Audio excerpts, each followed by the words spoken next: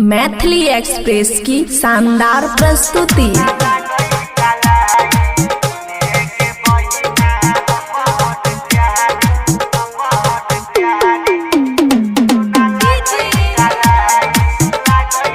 रेहान बाबू recording by NS music.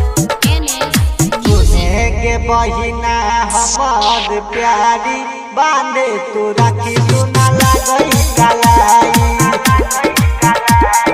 सुने के बहिना हमार प्यारी बांधे तू राखी सुना लगई कलाई। रखबौ ना बाकी सब क देबो पूरा गे। रखबौ ना बाकी सब क देबो पूरा। रहे ना ये ना तुम फुलाई। सुने के बहिना हमार प्यारी बांधे तू राखी सुना लगई कलाई। सुने के बहिना हमार प्यारी बांधे तू राखी सुना लगई कलाई। NS music. रेहान बाबू मदारपुर। NS music.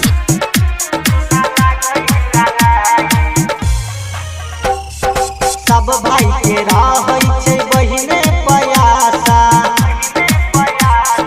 सब भाई के रहै छै बहिने पयासा। जल्दी तू करे नहीं करे निराशा। भाई बहिन के प्यारी के बहिना ये।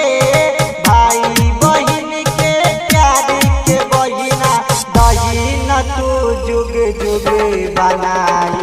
सुने के बहिना हमार प्यारी बांधे तू राखी सुना लगई कलाई। सुने के बहिना हमार प्यारी बांधे तू राखी सुना लगई कलाई। NS music.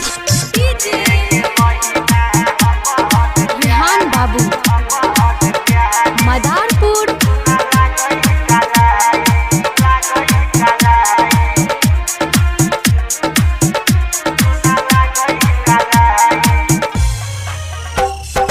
मंगवी जे हम कई देबौ पूरा।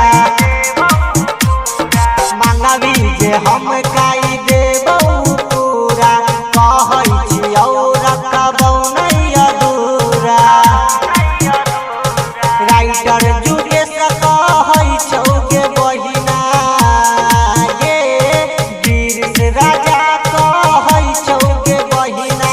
जोड़ा देबौ तोरा पायल बनाई। सुने के बहिना हमार प्यारी बांधे तू राखी सुना लगई कलाई।